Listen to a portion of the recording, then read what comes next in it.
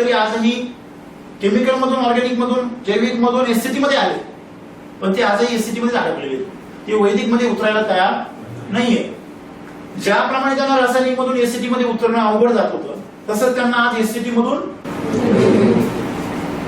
हे का होतं.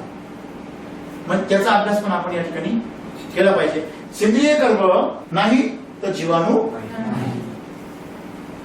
म्हणजे आतापर्यंत आपण अभ्यास केला, काय काय अभ्यास केला. रासायनिक शेती का फेल झाली, त्याच्यानंतर सेंद्रिय शेती का फेल झाली, त्याच्यानंतर जैविक शेती. रासायनिक शेती फेल झाली कारण त्या जमिनीतील कस ती पुरवठा करू शकत नव्हती, त्याच्यामुळे तो कंटेनच नाही. ऑर्गॅनिक शेती का फेल झाली कारण रासायनिक शेतीने सगळे जे रिसोर्सेस आहेत ते कंटॅमिनेटेड करून टाकले, दूषित करून टाकले आणि निकस करून टाकले. त्याच्यानंतर आज आमची जैविक शेती फेल झाली, त्याचा जो बेस पाहिजे ऑर्गॅनिक मॅटरचा, सेंद्रिय पदार्थांचा जो बेस जैविक शेतीला पाहिजे तो जमिनीत नाहीये, आणि म्हणून जैविक शेती सुद्धा काय झाली, बरोबर आहे.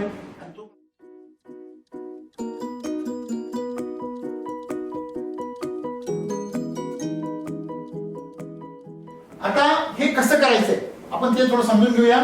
अन्नद्रव्य व्यवस्थापन करताना एससीटी वैदिक मध्ये आपण काय करणार आहोत. आपण बेसल डोस पासून सुरुवात करूया. बेसल डोस मध्ये एससीटी मध्ये कृषी अमृत आणि मायक्रोचार्जर हे ऑर्गॅनिक आहे, आणि वैदिक मध्ये न्यूट्री चार्जर आणि रूट चार्जर. इथे एससीटी वैदिक म्हटलंय, ऍक्च्युली हे वैदिक आहे फक्त, आणि या दोघांचं मिळून काय आहे, एससीटी वैदिक आहे, बरोबर आहे. म्हणजे हे जे सॉइल चार्जर आहे हे तुम्हाला बेसल डोसच्या नंतर टाकायचं आहे, हे लिक्विड मध्ये. आता तुम्ही बेसल डोस कसा देणार आहे, याच्यासाठी तुम्ही काय करा, आमचे जे ऑफिसर्स आहेत त्यांना संपर्क करा आणि त्यांच्याकडून शेड्यूल मागवा. प्रत्येक पिकाचं शेड्यूल असतं, त्या शेड्यूल प्रमाणे तुम्ही सगळ्याचे डोसेसचे अरेंजमेंट करा. मी तुम्हाला इथं ते सांगत नाही, म्हणजे तुम्हाला किती क्वांटिटी घ्यायची आहे, किती क्षेत्रासाठी हे तुम्हाला ते सांगते. याच्यामध्ये आपल्याला हे जमिनीतून पोषण आहे एससीटी वैदिकचं आणि एससीटीचं, असं दोघांना मिळून आपल्याला जमिनीतून Krishi Amrit, micro charger, nutri charger, root charger आणि सॉइल चार्जर हे जमिनीतून वापरायचं. फवारणीतून अन्नद्रव्य व्यवस्थापन आपल्याला कसं करायचं पहा. एससीटीचं जे आहे क्रॉप चार्जर, वैदिकचं लीफ चार्जर हे आपल्याला कॅनॉपीसाठी वापरायचं. फुटवे, कॅनॉपी, ग्रीनरी, आणि आपल्याला फ्लावरिंगसाठी, सेटिंगसाठी फ्लावर चार्जर एससीटीचं आणि वैदिकचं सेटिंग चार्जर वापरायचं, बरोबर आहे. फ्लावरिंग होईल, क्रॉप तुमचं जे फ्लावरिंग पॅटर्न डेव्हलप होईल. तुम्ही आता जस्ट जे शेतकऱ्यांचे टोमॅटोचे प्लॉट बघता ना, तुम्ही ते फ्लावरिंग पॅटर्न बघा, एवढा सुंदर आहे. पानं आणि फुलं सारखेच आहे, सुंदर. म्हणजे काही ठिकाणी जर आहे फुलंच आहे, पानं नाहीच आहे. तो जो याचा प्लॉट आहे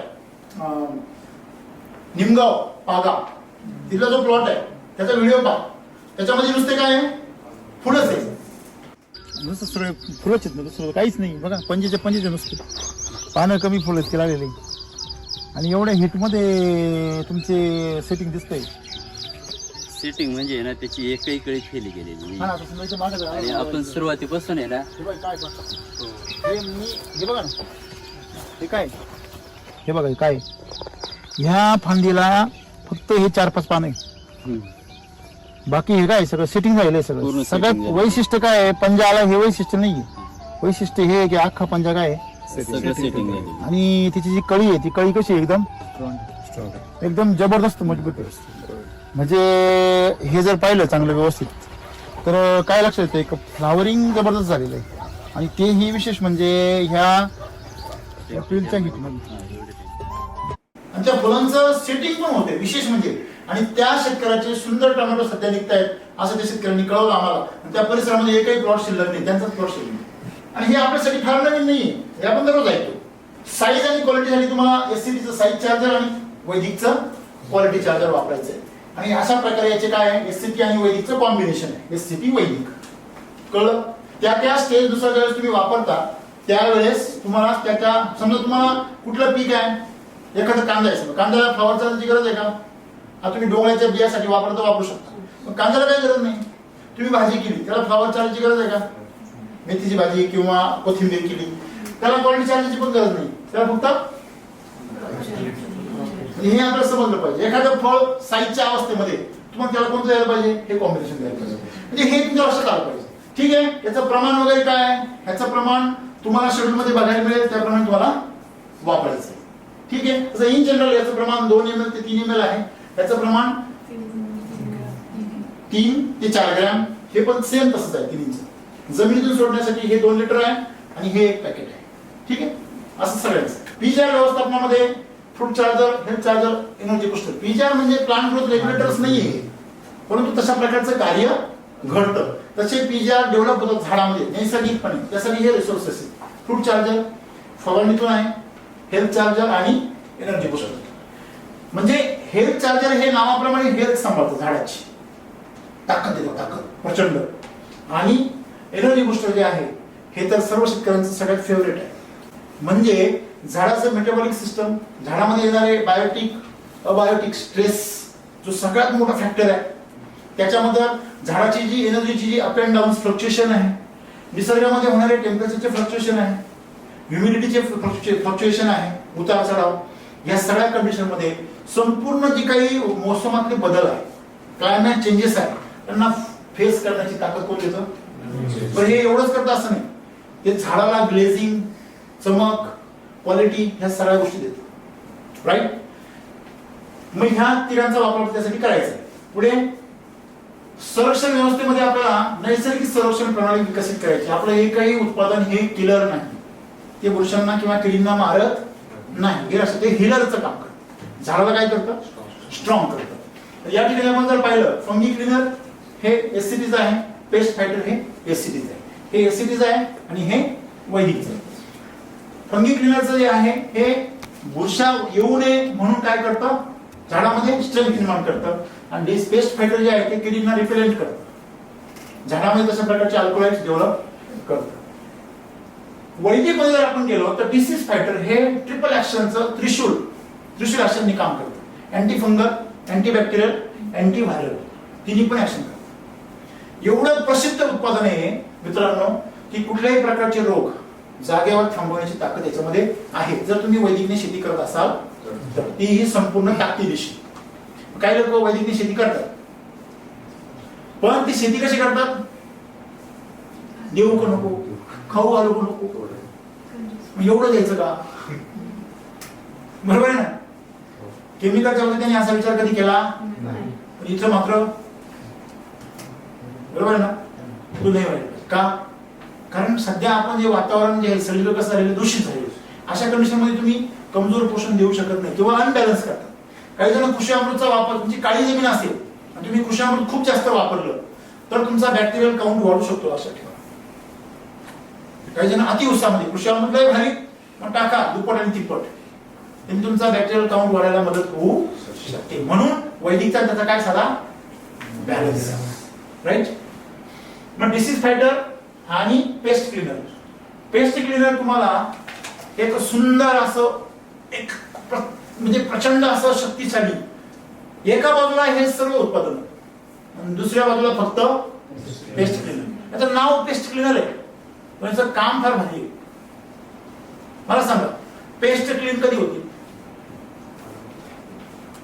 कधी होती? आता मारत तर नाही, मग क्लीन कशी होती? झाडामध्ये काय होईल? प्रतिकारशक्ती. झाडाची प्रतिकारशक्ती वाढण्यासाठी त्याला काय हवंय? पोषण. आणि पोषण ते कसं पाहिजे? बॅलन्स. पेस्ट क्लिनर हे सर्व प्रोडक्ट मध्ये सर्वात महाग काय माहिती का? ते किडींना थांबवतो म्हणून महाग नाही,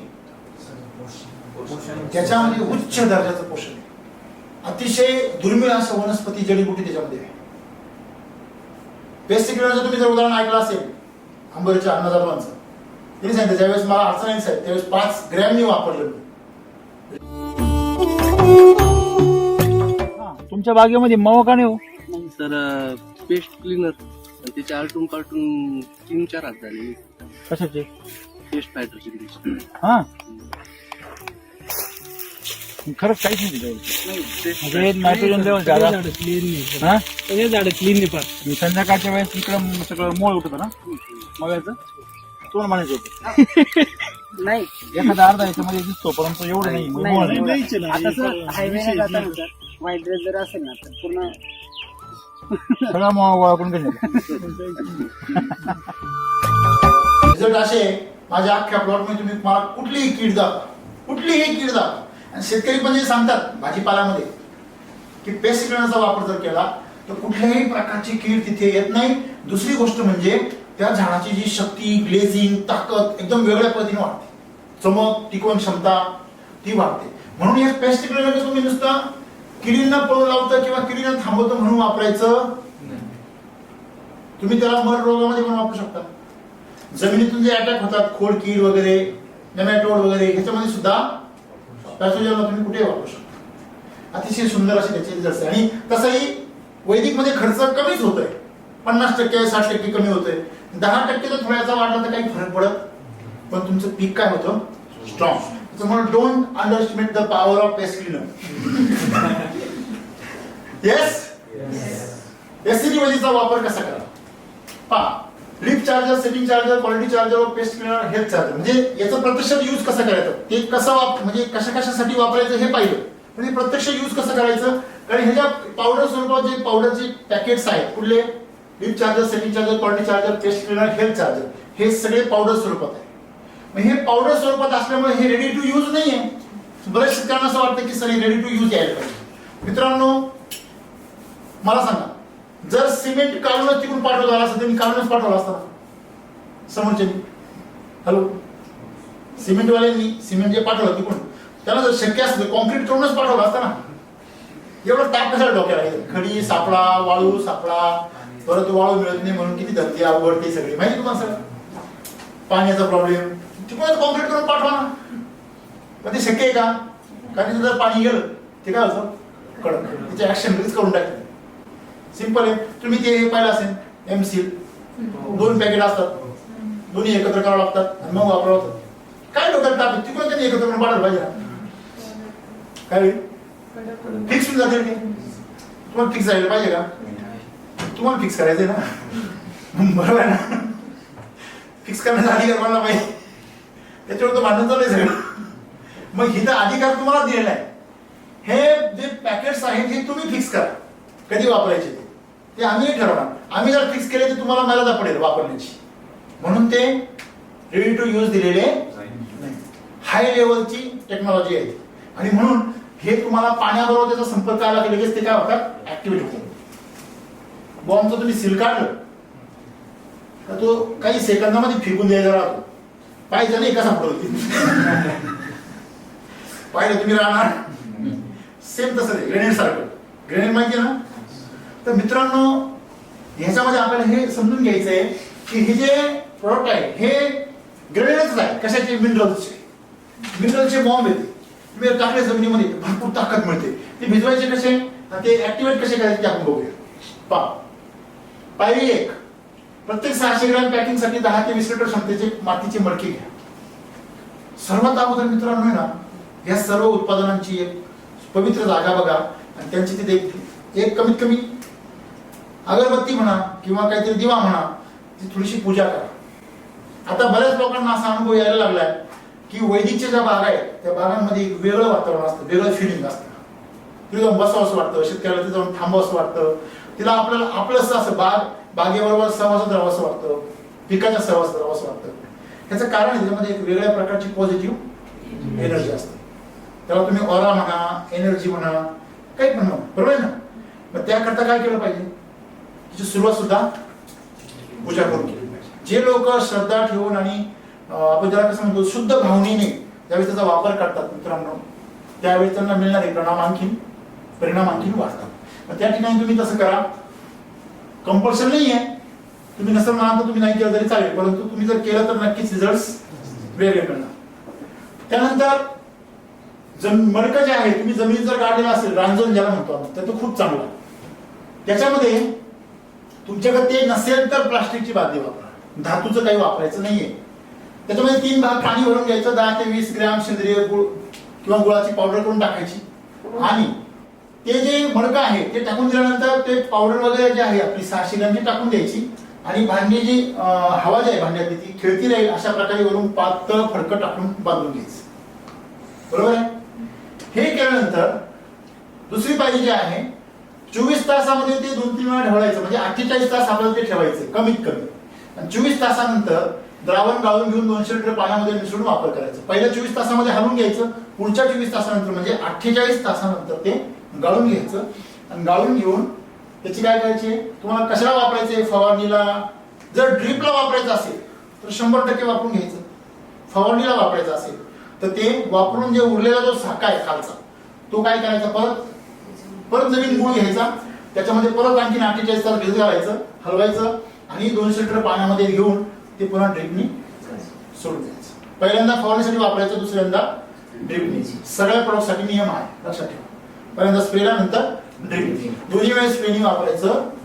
पॉईंट क्लिअर? म्हणजे एक प्रोडक्ट किती वेळा वापरणार, आणि जर ड्रीप मधून वापरायचं असेल तर एकदाच वापरा. ठीक, फिनिश. दुसऱ्यांदा तयार झालेले द्रावण फवारणीसाठी केलेल्या पिकासाठी जमिनीतून सोडण्यासाठी वापरायचं. आता मी सांगितलं तुम्हाला. आणि उरलेला चौथा एकत्र करून बेसल डोस साठी किंवा स्लरीसाठी एकत्र करून सोडून द्या. ठीक आहे. याच्यामध्ये एक काळजी घ्या, दुसऱ्यांदा तुम्हाला जर भिजवायचं असेल तर पिळायचं नाही.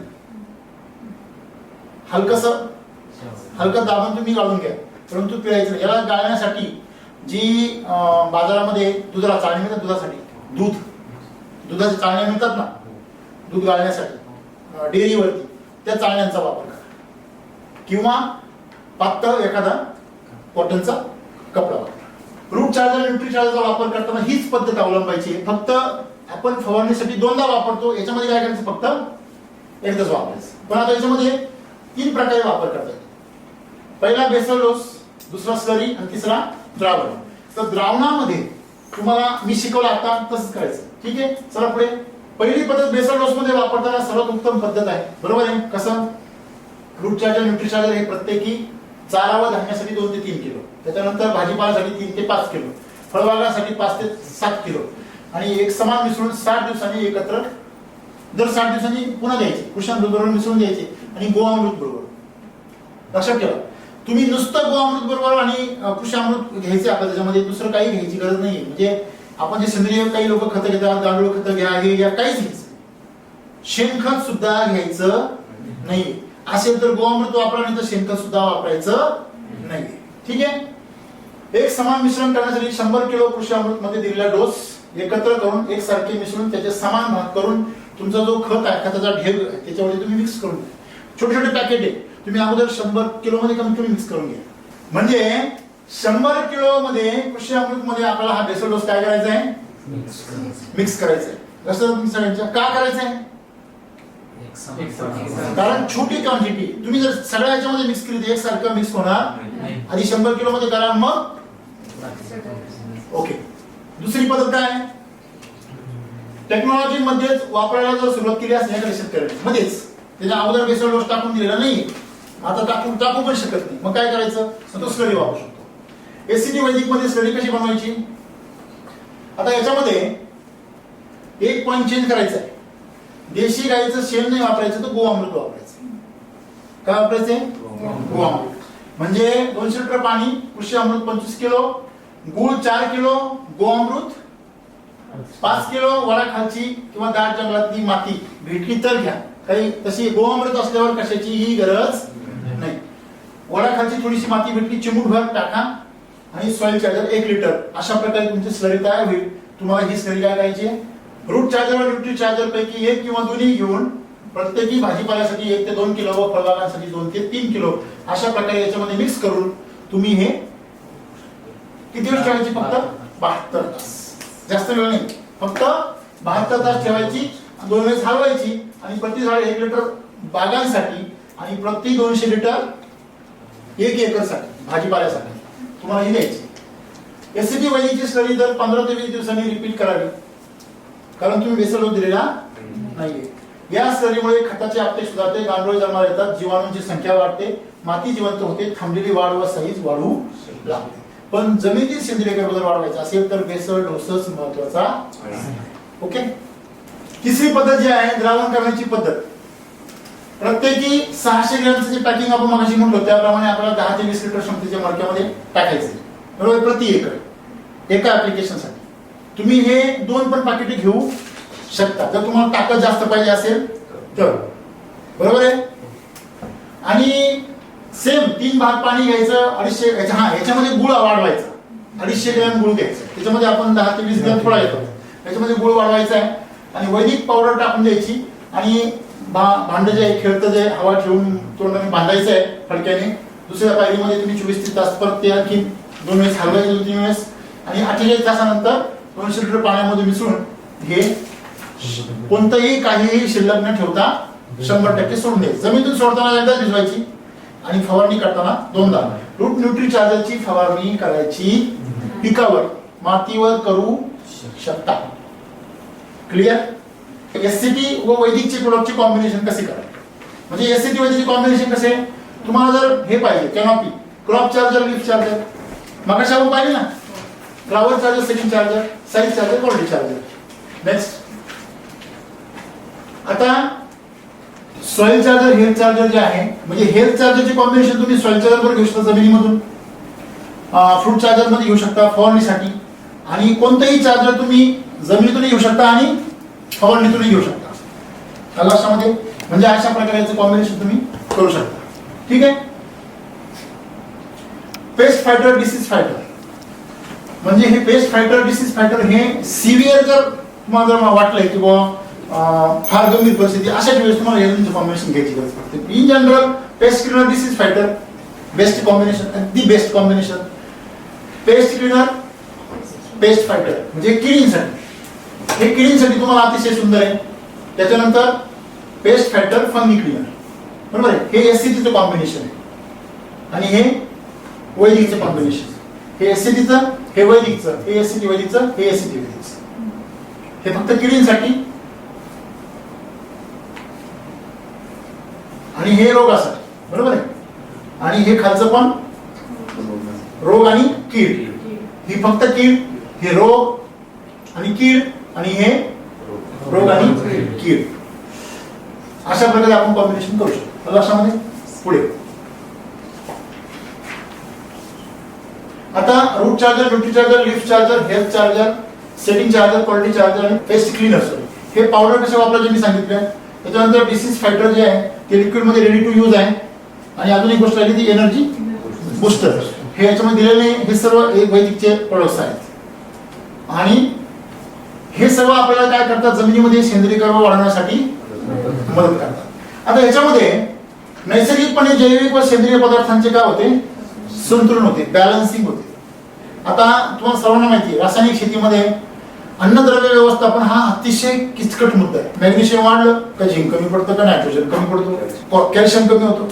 तुम्ही पोटॅश वाढवलं, नायट्रोजन कमी होतो, बरोबर. म्हणजे एक अन्नद्रव्य दुसऱ्या अन्नद्रव्यावर काय करतं, कुरघोडी करतं. हे कॉम्बिनेशन चालत नाही, केमिकल मध्ये खूप क्रिटिकल आहे. पण हे नॅचरल आहे, त्याच्यामुळे ऑटोमॅटिक काय होतं, त्याचं बॅलन्सिंग होतं. म्हणून वैदिक शेती खूप सोपी, रासायनिक शेती खूप गुंतागुंतीची. तुम्ही शिकून आलात सगळे, आला की नाही. शेतकऱ्यांसाठी ही गोष्ट सोपी आहे की अवघड आहे. बरं, जीवाणूंना प्रकृतीच्या सोबत सगळं पोषण मिळाल्यामुळे जीवाणू सुद्धा काय होतात, पॉझिटिव्ह एनर्जी वाले जीवाणू वाढतात. सगळे पॅथोजनची संख्या वाढत नाही. कधी कधी तुम्हाला माहिती नसेल, कधी कधी जीवाणूंमध्ये सुद्धा म्युटेशन होतं. म्हणजे जे जीवाणू पिकासाठी मदतीचं काम करत होते तेच जीवाणू पिकाच्या विरोधामध्ये काम करतात. तुम्हाला ते जीवाणूंपेक्षा तुम्हाला मी सोपं उदाहरण सांगतो. मला सांगा, जंगलामध्ये जे प्राणी हर्बिव्हरस आणि कार्निव्हरस म्हणजे मांसाहारी आणि शाकाहारी, निसर्ग काय करतो, जर जंगलामध्ये जास्त गवत आणि जास्त वनस्पती वाढल्या तर त्यांना खाणारे हरिण, सगळे हर्बिव्हरस, हरिण असेल, जंगली नीलगाय असतील, झेब्रा असेल, किंवा वनगाय, किंवा आपण त्याला हे पण म्हणतो म्हशी असतील, ससे असतील, म्हणजे सगळे हर्बिव्हरस प्राण्यांची संख्या काय करते, आपोआप त्यांची संख्या खूप जर वाढायला लागली त्यांना खाणाऱ्या मांसाहारी प्राण्यांची संख्या वाढते. आणि मांसाहारी प्राण्यांची संख्या जर झाली तर तेच एकमेकांमध्ये लढून नष्ट होतात. निसर्गाने काय केलंय, संतुलन केले, संतुलन बॅलन्सिंग केले. प्रकृती सेम बॅलन्सिंग कुठे करते, आपल्या शेतामध्ये. जर तुम्ही त्याचा चार्ज जर त्या निसर्गाच्या हातात दिला तर शेतकरी काय करतो, हस्तक्षेप करतो. तो काय करतो, तुम्ही त्याला सपोर्ट करू शकता.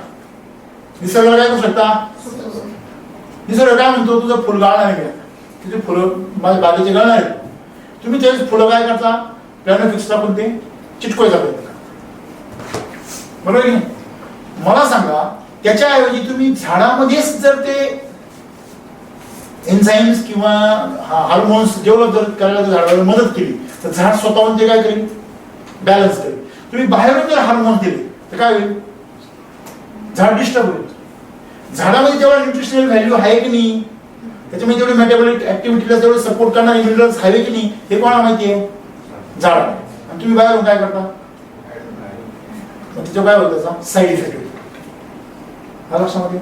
आणि म्हणून याच्याकरता एक लक्षात ठेवायचं, आपण झाडामध्ये जे एन्झाईम्स आहे, हार्मोन्स आहे, ते बॅलन्स करण्यासाठी काय करायचं, झाडाला पोषण पुरवायचं. आपण दूध पुरवायचं, डायरेक्ट गुलाबजाम पुरवायचे नाही.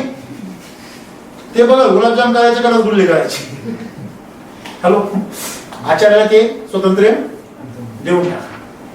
आपण झाडाला ते स्वातंत्र्य देत, आपण ते थेट पुरवतो बाहेर. म्हणजे अशा प्रकारे आपण जर नॅचरल फार्मिंग मध्ये जर वैदिक शेतीसोबत जर करायला सुरुवात केली, डेव्हलप केलं तर 100% आपल्याला काय मिळतो, निसर्गाची साथ मिळते. आणि मग जीवाणू पण वाढतात आणि ऑर्गॅनिक मॅटर पण वाढतो. एससीटी वैदिक मुळे नैसर्गिक शेतीला काय मिळतं, बळ मिळतं. केमिकलमुळे झालेला ऱ्हास भरून मिळतो. तुम्ही लूप होल सगळे भरून काढले तर नुकसान किंवा ऍक्सिडेंट होण्याचं कारण, मग रेल्वे 100ची स्पीड येऊ द्या नाही तर 200ची स्पीड येऊ द्या, राईट. या ठिकाणी आपण जर पाहिलं तर मला वाटतं हे जे रिझल्ट तुम्ही बघताय हे बाबूराव घोळे, बरोबर. हे बाबूराव घोळे, नरोडी, आंबेगाव, पुणे, आणि हे सगळ्या व्यापाऱ्यांमध्ये खूप प्रसिद्ध व्यक्तिमत्व आहे. तुम्ही जर पाहिलं त्यांचे दरवेळेस व्हॉट्सअपवरती मेसेज असतात. कुणी काही जरी विचारलं ते लगेच त्यांचे फूट टाकतात, हे बघा माझं प्लॉट. त्यांचे काय काही ना काही शेतीचे प्लॉट असतात आणि त्यांची सगळीच्या सगळी शेती कशी आहे, सक्सेसफुल आहे, बरोबर. कारण हाडाचे कोण आहे, तुम्ही बोलायला मी नाही, हाडाचे कोण आहे, शेतकरी येते. आणि म्हणून ते बघा त्यांच्याकडे जेवढा माल आहे तो सगळा माल कसा आहे, बघा इथं बसले बघा, सगळ्यात चमकदार आहे आणि जिवंत आहे. असं वाटतं की लगेच जाऊन एक घास खाऊन टाका, बरोबर. जी ललचा आहे. इकडे जर पाहिलं चंद्रकांत गावंडे यांचं जे पिकं आहेत बघा, एवढे विविध प्रकारची पिकं आहेत. सूर्यफूल, मिरची आहे, तुम्ही टोमॅटो बघा, झेंडू बघा. म्हणजे हे भोकरदन जालनामध्ये आहेत आणि हे आंबेगाव, नरोडी, पुण्यामध्ये आहेत. म्हणजे दोन वेगवेगळ्या जिल्ह्यामध्ये शेतकरी अतिशय खुश, बरोबर आहे. म्हणजे सांगण्याचं तात्पर्य काय, असे तुम्हाला हजारो शेतकरी बघायला मिळतील युट्यूबवर. तुम्ही युट्यूब चॅनल बघत राहा, एससीटी वैदिकचा, सॉइल सायन्स टेक्नॉलॉजीचा, तुम्हाला हे व्हिडिओ बघायला मिळतात. आणि त्याच्यामध्ये अभ्यास करा, ते शेतकरी नेमकी काय बघा. एक वेळेस शेतकरी काय करेल, खोटं बोलेल, खोटं बोलून सांगेल. पण पीक खोटं बोलेल का, नाही. द्राक्ष शेतीमध्ये प्रथम 0 रेशोडी द्राक्ष उत्पादन करण्याचा मान आपल्याला मिळाला शेतकऱ्यांच्या माध्यमातून. आणि जे स्वप्न साकार झालं मित्रांनो, द्राक्ष होणार आयुर्वेदिक. ऍक्च्युली द्राक्ष वैदिक झाले, कसे झाले, आयुर्वेदिकच्या पुढची स्टेप. आयुर्वेदिक म्हणजे फक्त झाडपाला आहे, परंतु त्याच्यावर पंचमहाभूतांचे संस्कार आणि आशीर्वाद, ह्या प्रकृतीचे आशीर्वाद जे आहेत त्या ऋषीमुनींच्या माध्यमातून ते जे संस्कार आहेत, त्या संस्कारामुळे अगदी ICAR अधिकाऱ्यांकडून आपल्या शेतकऱ्यांची काय झाली, सोमनाथ जे बेडगे आहेत त्यांचा काय झाला, सत्कार झाला. आणि आज त्यांचे जे बेदाना आहे तो 400 रुपये किलोनी काय होतोय, विकला जातोय. 400 रुपये किलो एक मोठी गोष्ट आहे, बरोबर आहे. म्हणजे सोन्याला बाजार मिळतो, बेंटेला धुळी मिळतो, बरोबर आहे.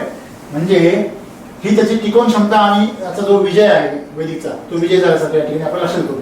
इथं आपण बघू शकतो की एससीटी वैदिक शिवाय शेतीला पर्याय नाही, ही काळाची गरज आहे, असं शिवशंकर काळमते जे सर आहेत कोंडचे, उस्मानाबादचे, ते सांगतायत. मित्रांनो, हे जे सगळं आपण बघतोय ह्याच्यामध्ये आपल्याला एक गोष्ट समजून घ्यायची आहे की मी सांगितलं तुम्हाला ही व्हाय एससीटी वैदिक, का एससीटी वैदिक, एससीटी का नाही, जैविक का नाही, ऑर्गॅनिक का नाही, केमिकल का नाही, ह्या सगळ्यांची उत्तर आपण बघितली. मित्रांनो, हे एक स्वप्न आहे सर्वांसाठी. जे बघताय, ज्यांनी 2 तास बघितलं सर्व, त्यांना काय वाटतं, थोडा वेळ मी कुठल्या तरी वेगळ्याच दुनियामध्ये गेलो होतो, एलियन वगैरे झालो होतो थोडा वेळ. तर त्यांना मी स्वतःला चिमटा घ्या असं सांगेल. तुम्ही एलियन वगैरे नाहीये किंवा तुम्ही पहाटेच्या स्वप्नात पण नाहीये, तुम्ही वास्तवात आहात. फक्त तुम्हाला पाऊल उचलण्याची गरज आहे. तुम्ही तुमच्या शेतीमध्ये 100% करा असं नाही, मी तुम्हाला पुन्हा सांगतो आणि आवर्जून सांगतो, तुमची शेती 1 एकर आहे, 10 गुंठे करा. पूर्ण शेतीमध्ये करूच नका. जोपर्यंत तुमचा आतमधून आवाज येत नाही, this is the right choice for me my farming, तोपर्यंत ही माझ्यासाठी सर्वात बेस्ट निवड आहे, हे जोपर्यंत तुमचा आतला आवाज म्हणत नाही, तोपर्यंत सगळ्या शेतीला वापरू, तोपर्यंत अभ्यास करा. आणि अभ्यास करून तुम्ही आमचे जे अधिकारी आहेत, आमचे वितरक आहेत, त्यांच्याबरोबर संवाद साधा. पुन्हा पुन्हा त्यांच्यावर तुमचं समाधान होत असेल तर मला फोन करा. बरोबर आहे? म्हणजे अशा प्रकारे तुम्ही सुसंवाद करून आपण सर्वांनी एक SCT वैदिकची चळवळ उभी करूया. मित्र, सर्वात महत्त्वाची गोष्ट याच्यामध्ये ही आहे की आज आमची माती मरते आहे, तिला वाचवलं पाहिजे, तरच आज माणूस वाचणार आहे. आणि मग आज आम्हाला जे देणगी मिळाली SCT वैदिकची प्रोडक्ट्स आणि प्लस मिल्क चार्जरची देणगी, ह्याच्या मदतीने गोअमृत आणि वैदिक ह्याच्या मदतीने आम्ही जे शेतीमध्ये जो ऱ्हास झालेला आहे, जी सेंद्रिय कर्बाची जी घट झालेली आहे, ती आम्ही खरोखर वेगाने भरून काढू शकतो. हे प्रचंड मोठी देणगी आपल्या सर्वांना मिळाली, यासाठी पुन्हा एकदा प्रकृतीचे आभार मानून मग सर्वांना विनंती करेल की जर तुम्हाला हे वापरायचं असेल ते कंट्रोल प्लॉट वापरा. नियमितपणे युट्यूबवरचे व्हिडिओ बघा, स्वतःला ज्ञान मिळवण्याचा मार्ग जोपासून ठेवा आणि स्वयंपूर्ण शेतकरी व्हा. ओके, चला शेती करूया. धन्यवाद.